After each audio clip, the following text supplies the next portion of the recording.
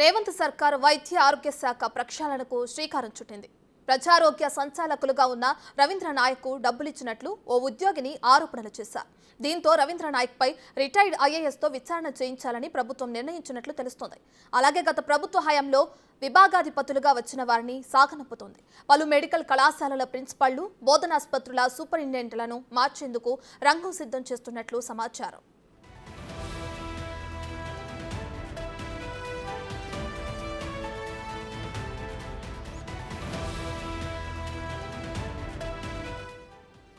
Deputation extension కోసం ప్రస్తుతం ప్రజారోగ్య సంచాలకులుగా ఉన్న రవీంద్ర నాయక్కు రిలీవింగ్ కోసం మెదక్ జిల్లా డిఎంహెచ్ఓ కార్యాలయం సిబ్బందికి డబ్బులు ఇచ్చానని ఓ ఉద్యోగిని మరో అధికారితో మాట్లాడిన ఆడియో టేప్ గత నెలలో బయటకొచ్చింది.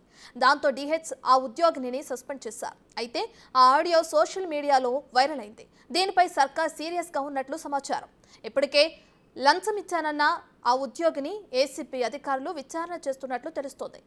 డిహెచ్కు లంచం ఇచ్చినట్లు ఆ ఆడియోలో ఉండడంతో ఆ మొత్తం వ్యవహారంపై రిటైర్డ్ ఐఏఎస్ అధికారితో విచారణ జరిపించాలని నిర్ణయించినట్లు తెలుస్తోంది. విచారణ నివేదిక అనంతరం తదుపరి చర్యలు తీసుకునే అవకాశం ఉందని వైద్య వర్గాలు తెలుపుతున్నాయి.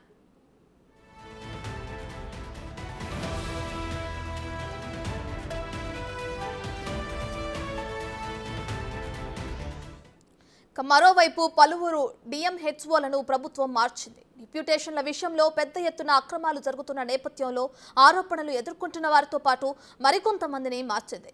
తమపై ఖచ్చితంగా వేటు పడుతుందనుకున్న డిఎంహెచ్ఓలు కొందరు ముందుగా జాగ్రత్త పడినట్లు తెలుస్తోంది. తమ బదిలీని ఆపుకునేందుకు వైద్య శాఖలో ముడుపులు ముట్టజెప్పినట్లు వైద్య వర్గాల్లో ప్రచారం జరుగుతుంది.